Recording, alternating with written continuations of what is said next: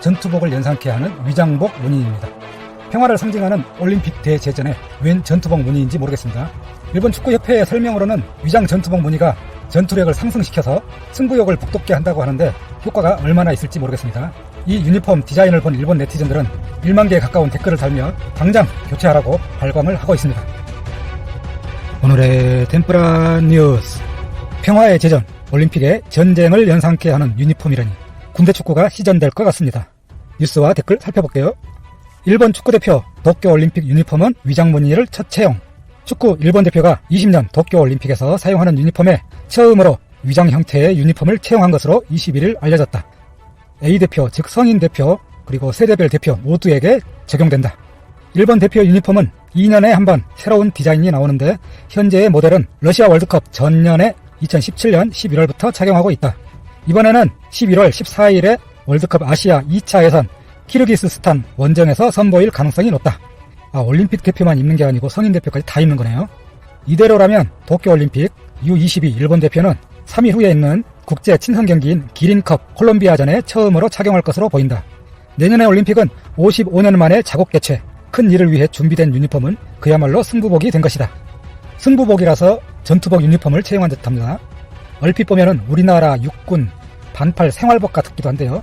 저는 그 국방색 민자 그거 입었습니다. 농담이 있는 파란색을 기조로 검은색과 흰색을 배치, 참신한 디자인으로 완성되었다. 참신한 디자인이래. 원래는 전투시 등의 위장을 목적으로 사용되는 위장형의 무늬이다. 이걸 누가 몰라? 우리나라 남자들은 국방색이나 또 위장복 디자인 이런 거에 이력이 났는데 군대 경험이 없는 일본 남자들은 막 전투력이 막 솟아날란가요? 널리 퍼져서 현재는 패션성도 높은 디자인으로 폭넓게 친숙하다. 국방색이 패션 감각이 있는 건가? 올림픽 규정으로 왼쪽 가슴에 축구협회 엠블럼은 사라지고 일장기만 달게 될 전망이다. 아마 성인 대표는 축구 엠블렘이 들어가겠죠? 럭비 일본 대표팀이 럭비 월드컵에서 8강에 올라 열도를 석권. 빨강과 흰색 저지 디자인은 전국시대의 가발을 모티브로. 전국시대 가발, 거시기. 그래서 무사도 정신이 표현되었다. 가발 모양이 무사도 정신이라. 유니폼에는 팀의 신념이 깃들어 있는 것이다. 이것이 이번에 럭비 월드컵에서 입은 유니폼인데요. 무사도 정신은 둘째치고 절반 이상이 외국인이 포함되었습니다. 일본 대표팀에요. 럭비 강국인 뉴질랜드하고 통가 출신이 10명 이상이 포함됐다고 합니다. 원래 일본에 이 럭비가 굉장히 인기가 많은데 유럽 건 다 따라서 하잖아요. 근데 이 럭비 대표팀이 원래 순혈주의, 즉 일본인 외에는 대표팀에 없었는데 이 순혈주의를 포기한 게 1998년하고 2002년 아시안게임 때 우리나라 한국에게 계속 패하자 외국인을 귀화시켜서 대표팀에 포함시킨 것입니다. 얼마 전에 일본에서 열린 이 럭비 월드컵에서 8강까지 갔다고 합니다. 오메데또. 위장품 컨셉은 하늘이라고 한다. 하늘 공짜. 장대한 생각이 담긴 유니폼으로 일본 대표팀이 세계와 싸우게 되는 것이다. 이렇게 기사를 마쳤는데요.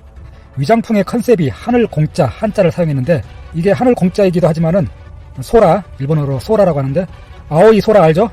파란 하늘, 아오이 소라, 아오이 소라. 듣기만 해도 왠지.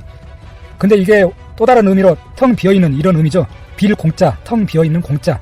전투복 무늬 좋아하다가 메달 하나도 못 딴 텅 빈 컨셉이 되지는 않을까 모르겠습니다. 자, 여기에 댓글이 어마어마하게 달렸습니다. 일본에서도 논란이 많은가 본데요. 댓글이 반나절 말에 무려 7,000개. 댓글 정리하고 있는 사이에 거의 8,000개 육박했습니다. 하루가 지나면 1만 개를 넘어갈 기세입니다. 반대 여론이 압도적으로 많은 것 같아요. 첫 번째 댓글입니다. 추천 순으로 위에 있는 것 위주로 하겠습니다. 눈이 반짝반짝하다. 눈이 번쩍번쩍거려가지고 눈부시다 이런 뜻 같아요. 대표팀 유니폼은 단순한 블루 색상이 가장 멋있다고 생각하는데 일본 축구 대표팀 유니폼은 전통적으로 파란색 상의를 사용했죠. 우리나라는 빨간색 상의. 이번 올림픽 자국 개최인데 이것으로 괜찮을까? 대륙 선수권이라면 모를까? 올림픽은 제대로 만들어주면 좋을 텐데.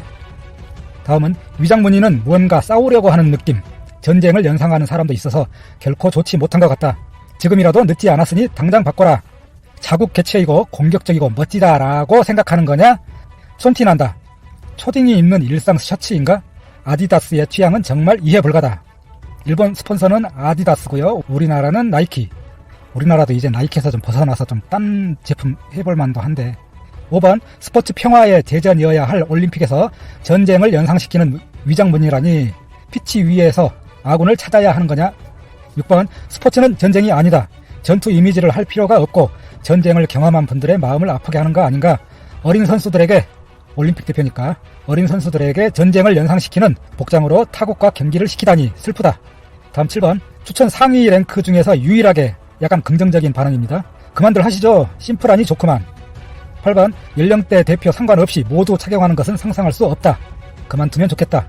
그리고 번쩍거려서 아군을 판별하기 어려울 것 같다. 전투복을 연상하다 보니까 다 아군이라는 표현을 썼습니다. 10번. 요즘에 패션으로 위장 무늬가 많이 있긴 하지만 올림픽에서 전쟁을 연상케 하는 이 유니폼은 그만두는 것이 좋다. 이웃나라가 한국을 얘기하겠죠? 또 이 유니폼으로 떠들기 시작할 것이 뻔하다. 지금까지의 심플한 디자인이 좋다고 생각한다. 11번. 촌스럽다. 성인 대표는 월드컵에서 16강의 실력을 선보였는데 이게 뭡니까? 아디다스씨 대답해보세요. 12번. 2년에 한 번씩 대표팀 유니폼이 바뀌지만 이번에는 장난이 너무 심하다. 다음은 절대 반대다. 육군 전투복을 스포츠 유니폼에 채용하다니 지금이라도 바로 제거해야 한다. 인근 국가에서 역시 한국을 얘기하죠. 괜한 트집을 잡을 거다. 14번. 오, 촌스럽다. 15번. 명색이 괴체국인데 차라리 투표를 하십시오. 위장무늬는 전쟁을 상기시킬 수도 있고 또한 한국이 비판할 수 있습니다. 유감이지만 그런 것도 생각해야지요. 다음은 별로 좋은 이미지는 아니지만 역시 익숙해지면 괜찮을까요? 아마 일본 축구협회가 세상의 반응을 보기 위한 의도적으로 정보를 유출했을 거라 추측합니다. 18번. 아디다스 디자이너의 자질을 의심케 한다. 우길기 문제로 이웃에게 트집거리를 줬는데 또 소재를 제공하려고 합니까? 배려가 부족하다고 생각합니다. 우리나라를 의식하기는 하나봐요. 19번. 왜 하필 전투복일까? 일본의 전통이 전혀 느껴지지 않는다. 이것으로 도쿄의 전쟁 의류가 증가한다는 위화감이 들 것 같다. 마지막 20번째. 브라질이나 아르헨티나처럼 큰 틀은 그대로 두고 변경해야 하는데 이건 너무 심하다. 절대로 사지 않을 거야. 자, 여기까지 댓글 봤습니다. 우리나라도 유니폼이 바뀔 때마다 말들이 많은데 저는 개인적으로 지금 우리나라 유니폼 괜찮은 것 같아요. 완전 빨간색도 아니고 적당한 빨간색에다가 밑에 약간 검정색 계통에, 완전 검정색은 아닌 것 같은데 파란색보다 괜찮은 것 같아. 하의가. 자, 일본이 이제 전투복을 입고 피치에서 전투적으로 싸우는 모습.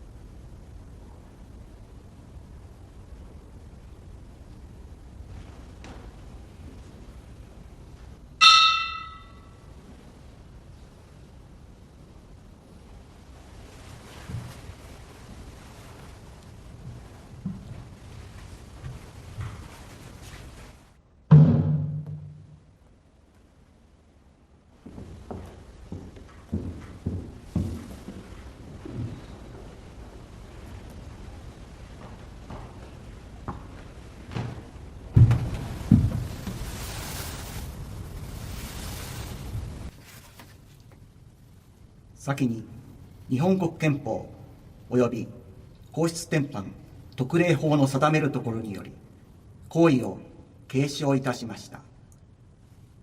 ここに即位礼正殿の儀を行い、即位を内外に宣明いたします。国民の幸せと世界の平和を常に願い、国民に寄り添いながら憲法にのっとり、日本国及び日本国民統合の象徴としての務めを果たすことを誓います。国民の英知とたゆみない努力によって、我が国が一層の発展を遂げ、国際社会の友好と平和、人類の福祉と繁栄に寄与することを切に希望いたします。天皇陛下、万歳！万歳！万歳！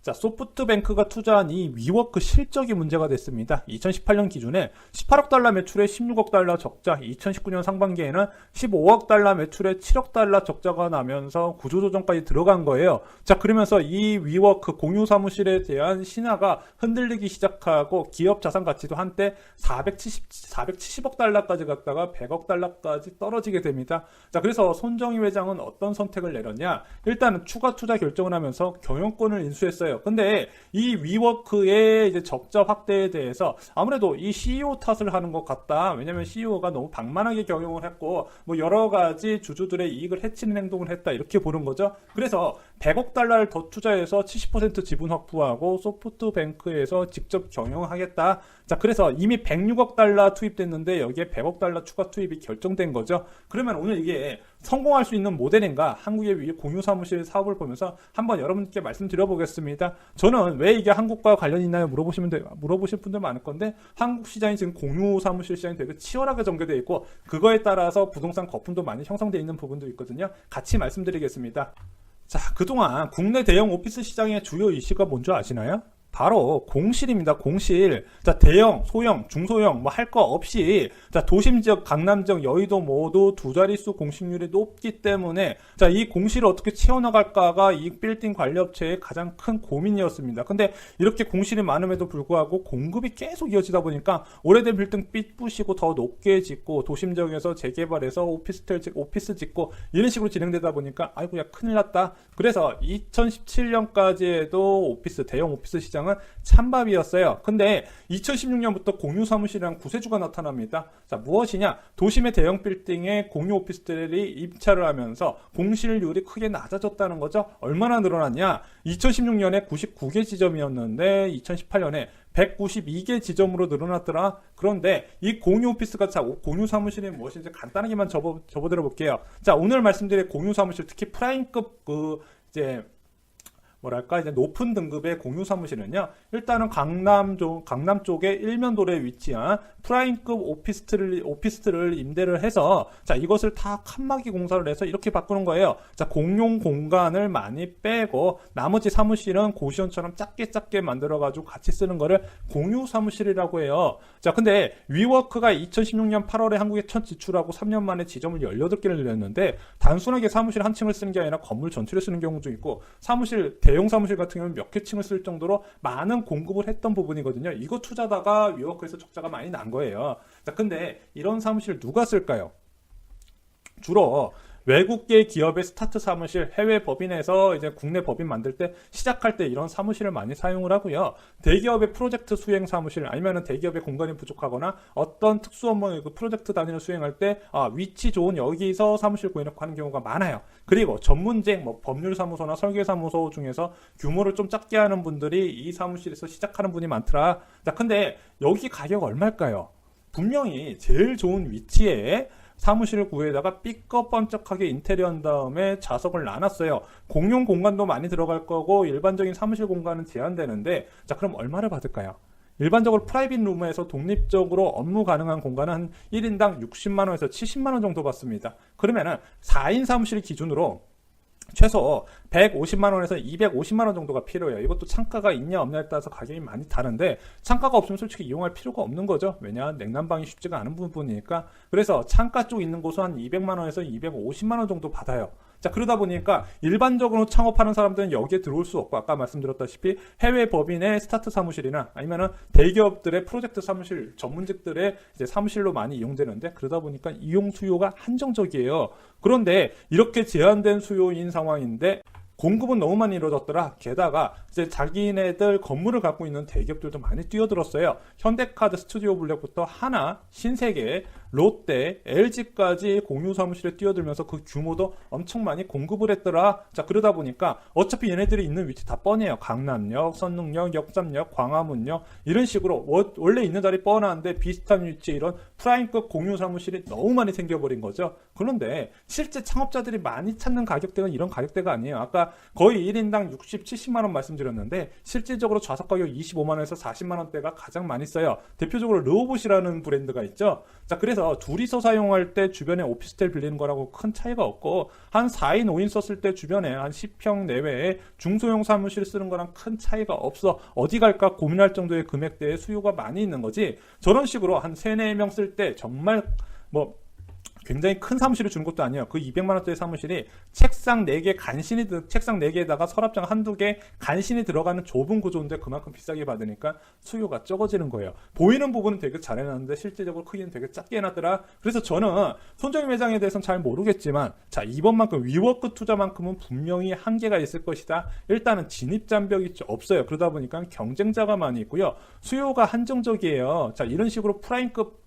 이제 오피스 빌려가지고 대규모로 들어갈 수 있는 사업이 아니더라. 규모의 경제가 실현이 안 되는 부분이에요. 차라리 2면, 3면 도로에 이제 어느 정도 작은 규모로 해서 들어가야 되는 부분인데 너무 보여주기식으로 크게 들어갔다는 거죠. 그래서 실질적으로 지금 광화문 지역이나 강남 지역의 이런 프라임급 오피스는 공유